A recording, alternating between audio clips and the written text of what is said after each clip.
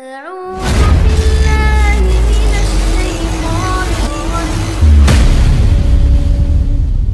بسم الله الرحمن الرحيم Assalamualaikum warahmatullahi wabarakatuh. Bismillah. Alhamdulillahirabbil alamin. Wassalatu wassalamu ala nabiyil karim wa ala alihi wa ashabihi ajma'in. Amma ba'du. Qala Rasulullah sallallahu alaihi wasallam, khairukum man ta'allama al-Qur'an wa 'allamahu. Sebaik-baik kalian adalah man ta'allama al-Qur'an, orang yang mempelajari Al-Qur'an, wa 'allamahu, dan mengajarkannya.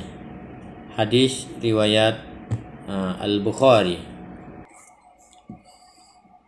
Pada kesempatan kali ini saya ingin menyampaikan tentang nasihat atau motivasi menghafal Al-Qur'an yang bagi beberapa sekolah saat ini menggunakan media online, motivasi tahfidz Quran online melalui media, tidak secara langsung. Dan sebelum kita melanjut kepada bagaimana seharusnya kita menatanya dan memahami tahfidz Quran secara online ini, baiknya kita terlebih dahulu mengingat betapa pentingnya, betapa penuh keutamaannya menghafalkan Al-Quran. Pertama, sabda baginda Nabi Muhammad sallallahu alaihi wasallam, khairukum man ta'allama al-Qur'an wa 'allamahu. Sebaik-baik kalian adalah man ta'allama al-Qur'an.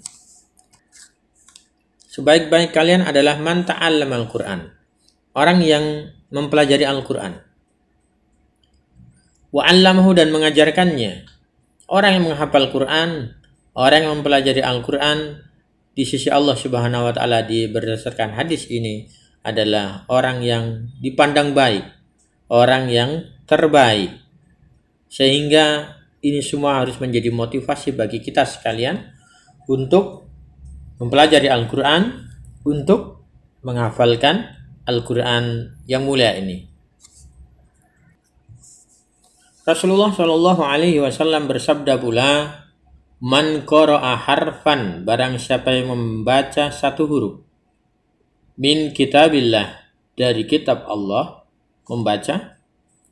Dan ketika kita menghafal, kita membacanya berulang-ulang, bukan hanya satu kali.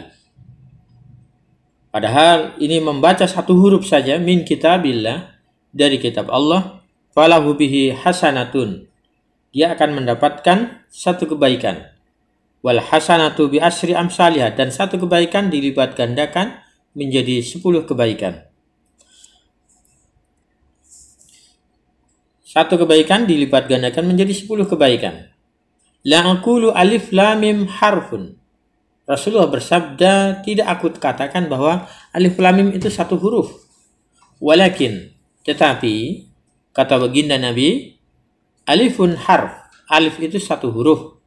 Wa lamun harf, dan lam itu satu huruf. Wa mim harf, dan mim itu satu huruf. Bayangkan teman-teman sekalian, bayangkan bahwa kita membaca Al-Quran dinilai kebaikan setiap hurufnya.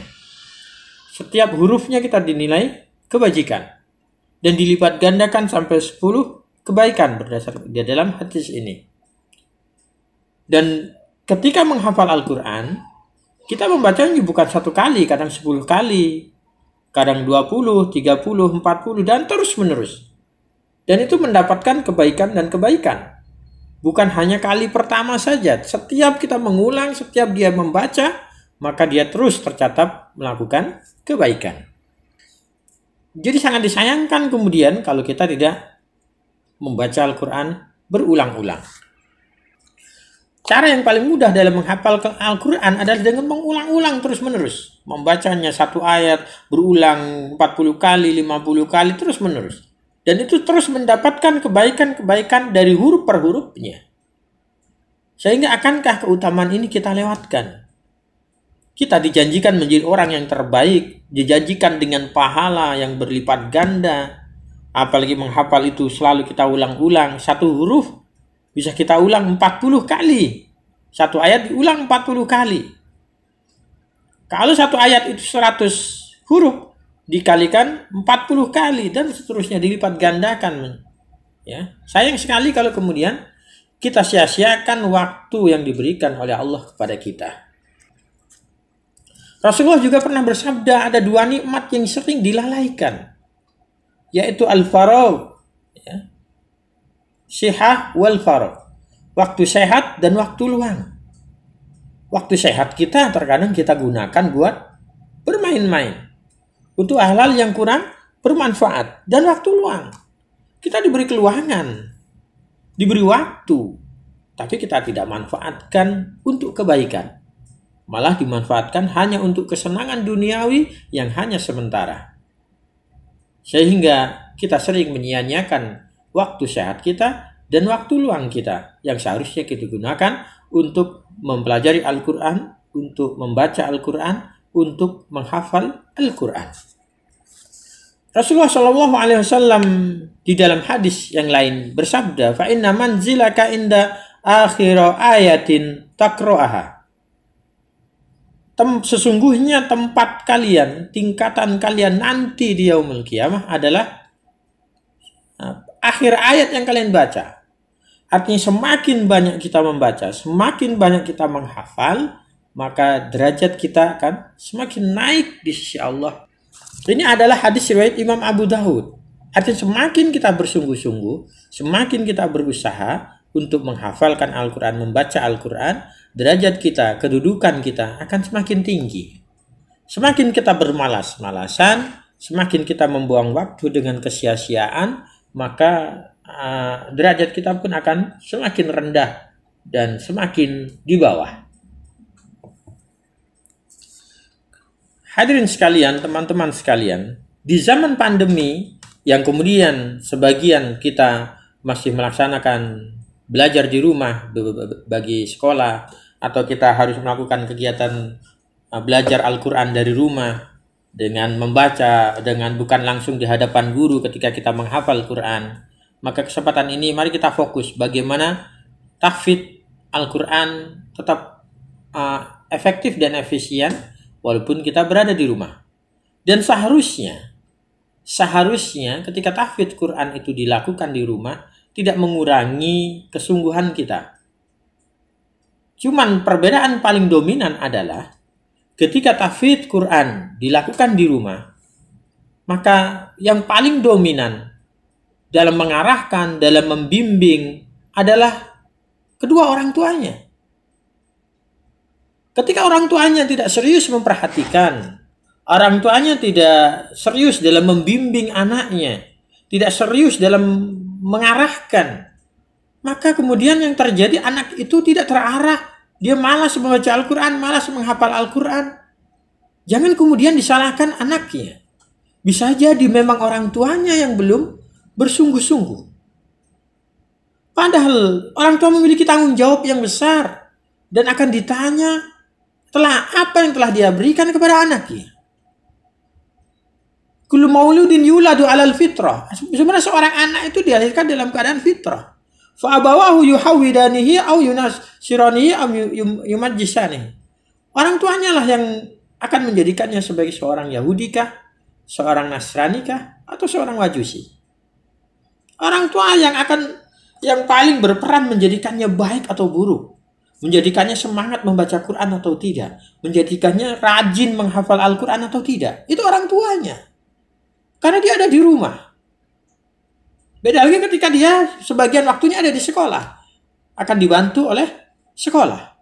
Sehingga ketika menghafal Al-Quran dari rumah, peran orang tua itu lebih dominan untuk membimbing ketimbang gurunya yang ada di sekolah atau di tempat lain.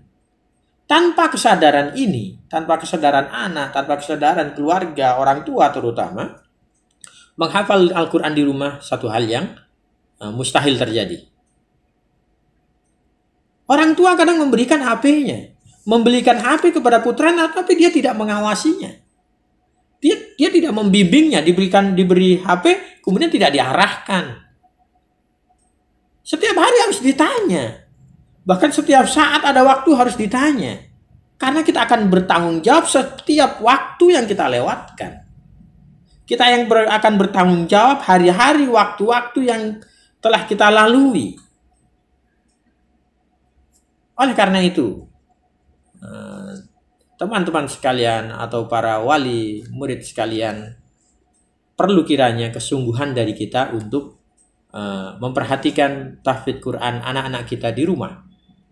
Jangan sampai kemudian orang tua itu cuek, masa bodoh dengan anaknya di rumah. Yang penting sudah difasilitasi, diberikan HP. Ibu tidak cukup. Tidak cukup sedemikian saja.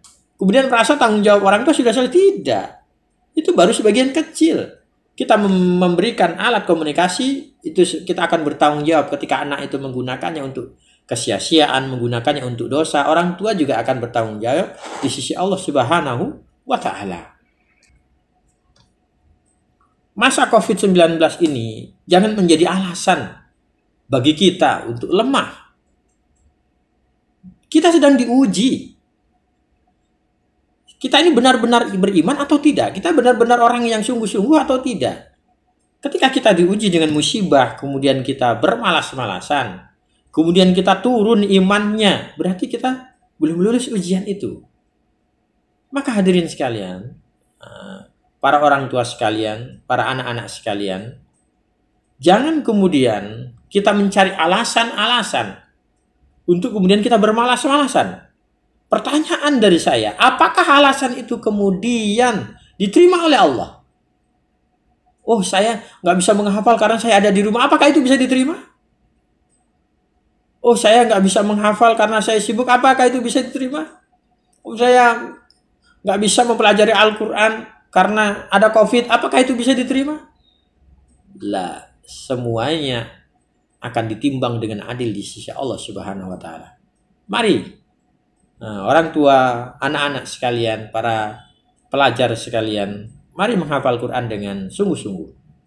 Di rumah kita itu bukan penghalang. Justru bisa jadi di rumah itu menjadi sesuatu yang spesial karena waktunya fokus, tidak diganggu dengan teman. Cuman tidak ada gurunya, ada di hadapannya. Penggantinya adalah kedua orang tuanya. Dan kedua orang tua tersebut akan bertanggung jawab di yaumul qiyamah nanti. Orang tua itu akan ditanya di hari kiamat. Dia sudahkah membimbing anaknya untuk menghafal Quran, untuk membaca Quran, atau belum? Ya, mudah-mudahan kita semuanya bisa membimbing kita. Dalam rangka mewujudkan menghafal Al-Quran di rumah, perlu perencanaan yang baik. Perlu dijadwal dengan sesuatu yang baik, yang tertata dengan rapi. Kita harus memiliki jadwal yang khusus. Putra dan putri kita harus kita jadwalkan. Kapan waktunya mempersiapkan hafalan Al-Quran yang baru. Jangan kita biarkan sesuka hatinya. Jangan kita biarkan terus bermain-main. Kita biarkan saja. Karena kita enggan untuk membimbingnya. Namun, yang harus kita garis bawahi bahwa menghafal Quran itu bukan tugas sekolah. Menghafal Quran itu bukan ingin mendapatkan nilai di sisi manusia. Bukan ingin karena ingin nilai rapotnya bagus, salah. Menghafal Quran itu adalah perintah Allah. Menghafal Quran itu adalah ibadah. Membaca Al-Quran itu adalah kebaikan. Jadi jangan kemudian kita batasi dengan waktu. Menghafal Quran, membaca Al-Quran ketika mau menyetor hafalan, tidak. Setiap hari kita harus membaca Al-Quran, harus menghafal Quran, harus memurojaah Al-Quran berulang-ulang. Karena ini ibadah, bukan beban tugas. Ini untuk diri kita sendiri nanti di hari kiamat. Untuk kita mendapatkan pahala. Kenapa masih bermalas-malasan? Ya, salah sekali kalau takut kemudian ini tugas sekolah. Masya Allah, rugi. Seakan bukan orang yang tahu bahwa ini adalah ibadah. Bukan permainan, bukan hanya mencari nilai, bukan. Paling tidak, pada kesempatan ini saya ingin menyampaikan, kita harus untuk menjalankan tahfidz Quran, menghafal Al-Quran dari rumah, paling tidak kita memerlukan beberapa hal. Yang pertama, waktu persiapan sebelum menyetorkan hafalannya. Apa itu? Dibaca berulang-ulang.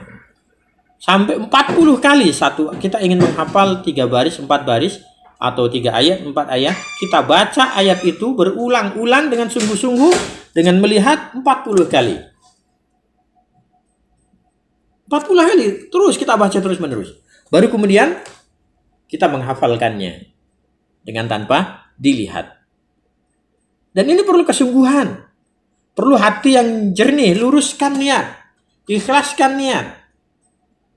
Jangan dianggap ini hal yang sepele, ini ibadah. Baca berulang-ulang 40 kali. Sekali saya sering nanya kepada seorang anak, kenapa Anda nggak hafal? Saya sudah menghafal tapi belum hafal. Berapa kali Anda baca? 5 kali, 5 kali, 10 kali. Itu masih sedikit. Paling tidak 40 kali. Kalau kita punya akal yang kurang cukup untuk menghafal, maka bisa jadi kita membutuhkan waktu lebih lama. Bisa 50 kali, bisa 40 kali. Ini ikhtiar kita dan itu ibadah, nggak perlu capek. Ini ibadah yang tidak perlu kita capek karena ada pahalanya di sisi Allah Subhanahu wa Ta'ala. Ya. Kemudian setelah itu baru kemudian kita menyetorkan hafalan itu, dan anak-anak kita harus kita awasi, harus kita cek benarkah sudah menyetor, cek kepada gurunya, sehingga jangan biarkan anak kita berbohong kepada kita atau tidak jujur, ya. Setelah dia setorkan hafalan ke gurunya, poin yang ketiga adalah mengulanginya. Poin ketiga adalah mengulanginya, memurojaahnya. Ini perkara yang sangat penting, karena murojaah itu sendiri memperkuat hafalan, dan sama itu juga ibadah. Murojaah itu bernilai ibadah, bukan kesia-siaan. Semakin banyak kita mengulangnya, pahalanya semakin besar karena terus diulang-ulang. Sedangkan Al-Quran dihitung per hurufnya. Ya, Al-Quran itu dihitung per hurufnya. Ini teman-teman sekalian, atau orang tua atau para pelajar sekalian, sayang kalau kemudian kita lewatkan kesempatan untuk menghafal Quran. Allah memberikan waktu luang dan kesehatan bagi kita, tapi tidak kita manfaatkan dengan baik. Lantas bagaimana kemudian ketika kita sudah berusaha menghafal Al-Quran, tapi kok sulit sekali menghafal? Mungkin sering sekali kita lupa. Yang harus kita lakukan adalah introspeksi diri. Kita gali diri kita muhasabah. Orang yang penghafalnya muhasabah, orang tuanya muhasabah, karena saling mengalami keterkaitan. Bisa jadi anaknya kurang sungguh-sungguh, atau orang tuanya kurang sungguh-sungguh dalam membimbing, atau mungkin ada hal-hal lain yang menghalanginya. Kalaulah memang usaha sudah maksimal, ya, usaha untuk menghafal sudah maksimal dengan metode yang benar sudah dilakukan, masih juga belum hafal beberapa ayat, beberapa surat saja, maka kita harus koreksi ibadah kita. Mungkin ibadah kita ada yang kurang, mungkin kita melakukan dosa-dosa, karena dosa-dosa inilah yang akan menghalangi kita mendapatkan ilmu. Al-Quran akan tidak mungkin masuk ke dalam hati-hati orang yang kotor, karena ilmu itu adalah cahaya. Al-Quran apalagi?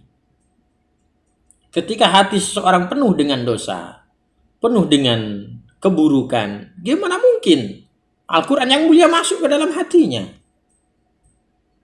Karena orangnya kotor, orangnya buruk. Bagaimana mungkin seseorang yang tiap hari dia main game umpamanya, tiap hari dia melakukan main TikTok, hal-hal yang sia-sia, yang dosa-dosa, mana mungkin Al-Quran akan mampu masuk ke dalam hatinya? Ya, ini harus kita perhatikan. Allah Subhanahu wa Ta'ala berfirman, istahwada alaihimus syaitan, syaitan menguasainya, fa'ansahum dzikrallah, sehingga syaitan melupakannya dari mengingat Allah. Ketika kita tersesat dengan kemaksiatan, kita diganggu setan, akhirnya kita dilupakan dari ilmu-ilmu. Kita lupa dengan ilmu-ilmu, kita melupakan Al-Quran. Ya, dan ini musibah yang paling besar. Bukan hal sepele. Kita melupakan Al-Quran atau kita tidak mampu menghafal Al-Quran. Kalau memang usaha sudah maksimal, cara sudah benar, harta yang dimakan sudah halal, mungkin ada kemaksiatan atau dosa-dosa yang menghalangi Al-Quran masuk ke dalam jiwa-jiwa kita.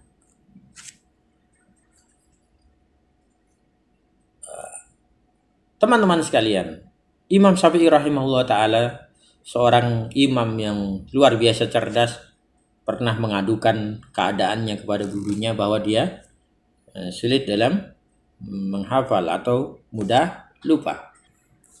Beliau hanya dinasihatin oleh gurunya, maka tinggalkanlah maksiat.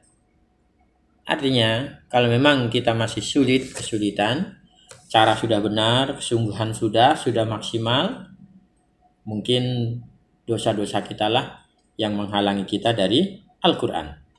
Wa ma asaba min musibatin fabima kasabat aydiyakum.